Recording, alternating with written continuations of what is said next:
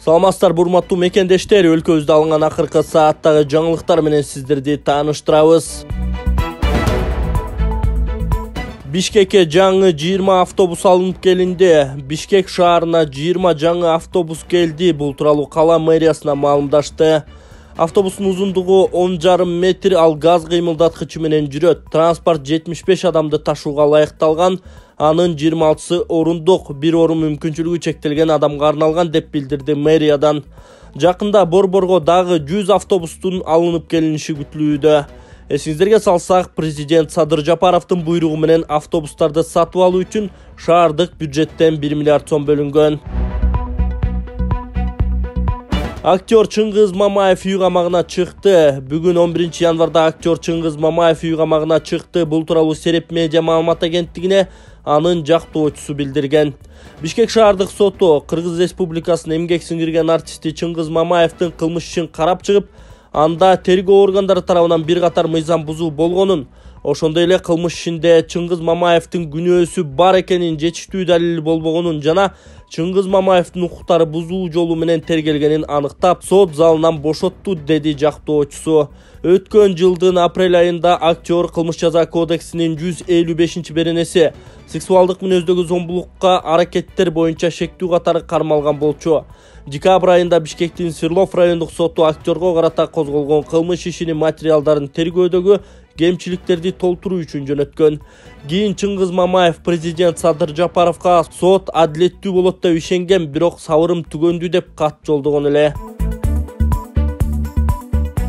Төө ашууда кар көчкү минивенди басып калды. Кече 10 январда төө ашууда кар көчкү түшүп, жолду жаап калганын Транспорт жана коммуникациялар министрлиги билдирди.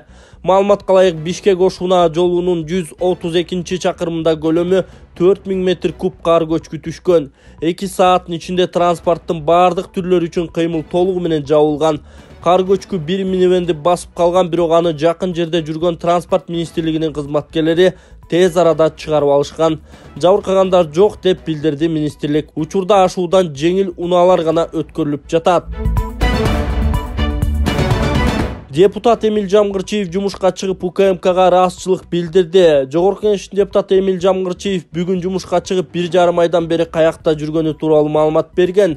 Ал Кыргызстандан эч жакка кетпегенин, атасы катуу ооруп Бишкектеги ооруканаларга каттап жүргөнүн айтты. Ошол учурда өзү да тумоолоп 2 жума жатканын белгиледи. Ал эми УКМКнын тынчсызданып издөө жарыялаганы үчүн ыраазычылык билдирген. Бул УКМК кызматкерлеринин түздөн түз милдети. Себеби ар бир жаран жок болуп кетсе издөөгө тийиш, ал үчүн ыраазычылык айтыш керек. Эл өкүлүнө сарсана болуп издөө жарыялаганына ыраазымын, бирок ошол эле маалда мен Бишкекте жүргөнүм тууралуу маалымат бергем, деди Жамгырчиев. Ошондой эле үйүнө жана автоунаасына жашуун камера, үн жаздыруучу аппараттар коюлганын тастыктады, бирок ким тарабынан орнотулганын, анда эмнелер жазылганын билбей турганын айткан. Ал боюнча иш козголуп иликтенип жатат. Аны менен катар эле депутат мурдагы кылмыш иши боюнча аны актоо өкүмүн жокко чыгарып, кайра башынан кароону колдой турганын белгиледи. Иштин кайра ачылышы өтө туура болду, мен колдойм. 2018-жылы мурдагы бийлик учурунда мага кылмыш иши козголгон, ошондон бери иликтенип сот 3 инстанцияда мени актаган. Бирок кээ бир жагдайлар ачылбай калган болчу. Азыр УКМК кылмыштуулук менен аеосуз күрөшүп жатат. Мага мурда 2 рет соттолгон адамдын арызынын негизинде иш козгогон эле.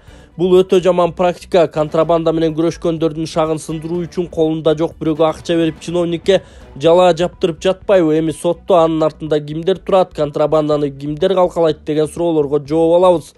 Ак ыйлет бирок сынбайт деп коет. Мен кайра кароодон коркпойм, деген Жамгырчиев. Эл өкүлү ушул жаңы ачылган ишке байланыштуу ага чет өлкөгө чыгууга тыюу салынганын кошумчалаган. Белгилей кетсек, буга чейин Жамгырчиев мүчө болгон Альянс фракциясынын лидери Жанар Акаев кесиптеши Кемпир-Абад маселесинде каршы добуш берген үчүн жабылган кылмыш ишин кайра жандантуу аракети болуп жатканын билдирген. Жамгырчиевдин сыртка чыгышына тыюу салынып, 26 ноябрда Казакстанга баратып чек арадан өтө албай калган. Андан УКМКга алып келип сурак алышкан. Ошондон бери депутат коомчулукка чыга элек болчу.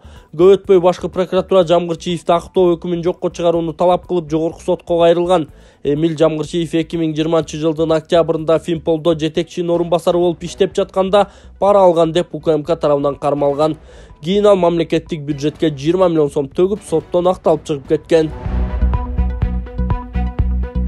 Сөөгүм кой таштагы үйүмөн чыгат деп Атамбаев көгөрүп жатыптыр.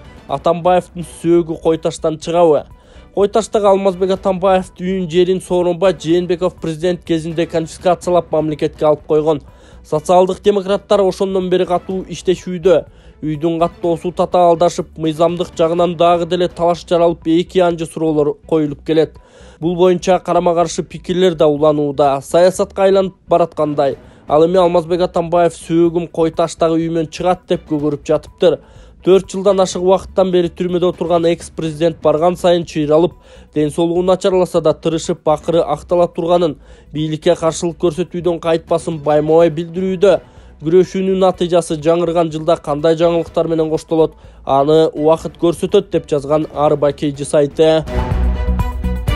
Эркектер төшөктө слабый болуп жатса, простатта ас болуп жатса, импотенттин белгилери болуп жатса, бат-бат зара кылып атса, анда чакшыр дарысы өтө жакшы жардам берет. Бул чөптөрдөн жасалган, муну ичкенде биринчи же экинчи күнү таасир бергенин сезесиз. Муну аял кишилер да ичсе болот. Бул жана бөйрөк ооруган циститтерге дагы аял кишилерге жакшы жардам берет. Салык кызматы ККМдин жаңы моделине өтүү мөөнөтүн 2 айга узартты. Контролдук кассалык машиналардын жаңы моделине өтүү мөөнөтү 2 айга узартылды. ККМ колдонуудан бошотулган иштин түрлөрүнүн тизмеси кеңейтилди. Бул тууралуу салык кызматы билдирди. Маалыматта бул ишкерлерге көмөк көрсөтүү максатында ошондой эле бизнес субъектилеринин кайрылууларын эске алуу менен жасалганы айтылат. ККМдин жаңы моделине өтүү мөөнөтү 2023 жылдын 1 мартына чейин. Ал эми товарларды идентификациялоо каражаттарынын коддору жөнүндө маалыматтарды кассалык чектерде милдеттүү түрдө чагылдыруу мөөнөтү 2023 жылдын 1 апрелине чейин узартылды. Мындан тышкары базарларда, чакан базарларда, жарманкелерде жана көргөзмөлөрдө иш жүргүзгөн субъектилер 2023 жылдын 1 апрелине чейин ККМ колдонбостон иштей алат, патент шартында деп жазылган маалыматта. Парламент 20 миллион сом төлөгөн чет элдикке виза берүү мыйзам долбоорун кабыл алды. Жогорку Кеңеш мамлекетке пайда алып келген чет элдиктерге 10 жылга чейинки мөөнөткө инвестициялык виза берүү мыйзам долбоорун кабыл алды. Ага ылайык эгерде инвестор Кыргызстандын экономикасына 10 миллион сомдон кем эмес акчалай же материалдык салым кошсо, республиканын бюджетине которсо 5 жылга виза берилет. Ушундай эле тартипте 20 миллион сом жумшаса 10 жыл бою жашоого уруксат алат. Эки документке президент кол кое турган болсо, тышкы миграция жөнүндө мыйзамга өзгөртүүлөр киргизилет. Аталган мыйзам долбоорун депутаттар Дастан Бекешев, Сейит Атамбаев, Жанар Акаев жана Эльвира Сурабалдиева демилгелеген.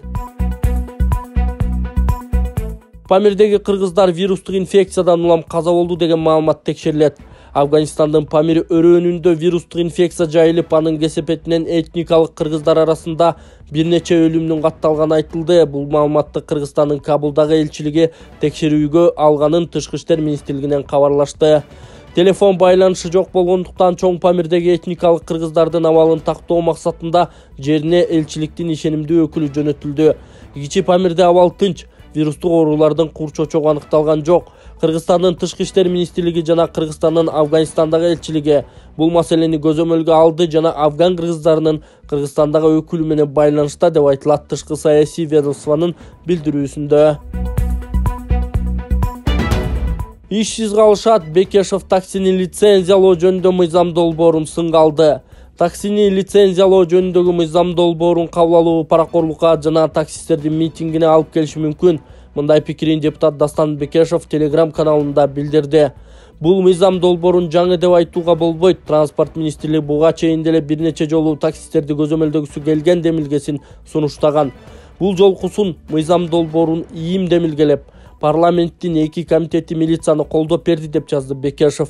Бекешев мыйзам долбоору кабыл алынгандан кийин оң рулдуу унаалардын айдоочулары лицензия ала албай мыйзам сыртында калаарын билдирди. Анын айтымында оң рулдуу унаалардын айдоочуларына 2020 жылдан тартып эле такси кылууга тыюу салынган. Бирок аны сактабоо үчүн жоопкерчилик жана көзөмөлдөөчү орган болгон эмес. Депутаттын айтымында им лицензия болжолдуу 500 сом болот деп жатат. Бирок эл өкүлүнүн айтымында бул башталышы гана. Андан кийин талаптар көбөйө баштайт. Бизде унаалардын 85% эски, баары эле коюлган талаптарды аткара албайт. Бул талаптар аркылуу компаниялар атаандаштарын жоготууну сүрмөлөй алышат. Кимдир бирөө таксилерди сарыга боеш керек деп чыгат, анан аны талап кылып киргизишет. Бул алыскы келечектин иши. Ал эми жакынкысы мыйзам кабыл алынгандан кийин таксистердин митингдери себеби көп акча табуу мүмкүнчүлүгүнөн кол жууп калат деп эсептейт депутат. Бекешев мыйзамда таксистерге көптөгөн талаптар жүктөлүп жатканын эске салды. Патент сатып алуу аркылуу салык жана соцфондко камсыздандыруу төлөмдөрүн төгүү, жүргүнчү ташууга камсыздандыруу полисин алуу, 1-апрелге чейин автотранспорт каражаттарынын ээлеринин жарандык укуктук жоопкерчилигин милдеттүү камсыздандыруу полисин алуу, милдеттүү түрдө тех кароодон өтүү, лицензиялоо жөнүндө мыйзам күчүнө кирери менен ченемди аткарууга туура келет. 2024-жылдын 1-январынан тартып ККМ алуу, таксини лицензиялоо жөнүндө мыйзамын аткаруу боюнча мыйзам актылары күчүнө кирген күндөн тартып лицензия сатып алуу. Дагы бир жолу айтайын, таксистердин көбүнүн унаасы эски, баары эле бул талаптын баарын парасыз аткара албайт, дейт Бекешев. ИИМдин мыйзам долбоору. Такси айдоочулардын иши үчүн лицензия алуу милдеттендирилген. Лицензиялык уруксат берүү тутуму жөнүндөгү мыйзамына түзөтүүлөрдү ИИМ 2022-жылдын май айында демилгелеген. Анда мыйзам долбоору коомдук талкууга коюлган. Азыр мыйзамда жүргүнчүлөрдү ташыган жеңил унаа таксилерин кошпогондо жүргүнчүлөрдү ташыган автотранспорт каражаттары лицензия алууга милдеттүү деп жазылган.